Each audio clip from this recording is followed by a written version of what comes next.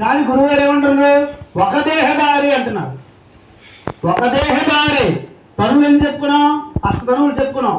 ఈశ్వరతనువు 4, జీవతనువు 4. కానీ ఒక దేహదారి, ఒక అనేది దేహదారికి తనువుకి. ఒక దేహదారి తనువున ఒకటే తనువు. సకల అవస్థలు మీరు 4 అవస్థలు చెప్పుకున్నా ఒకే అవస్థ.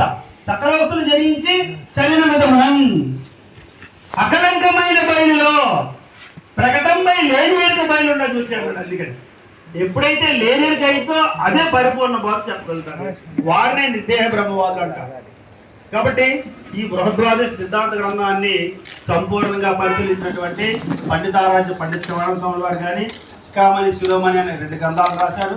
తర్వాత కృష్ణేశ్వరరావు గారు తన గ్రంథంలో ఈ గ్రంథం చదివి ఆయన యొక్క గ్రంథార్థాన్ని మనందరికీ ఏం చెప్పారంటే, విను నేననుచు ఎరిగే తనువు అందును లేక బయలు తానిండినదో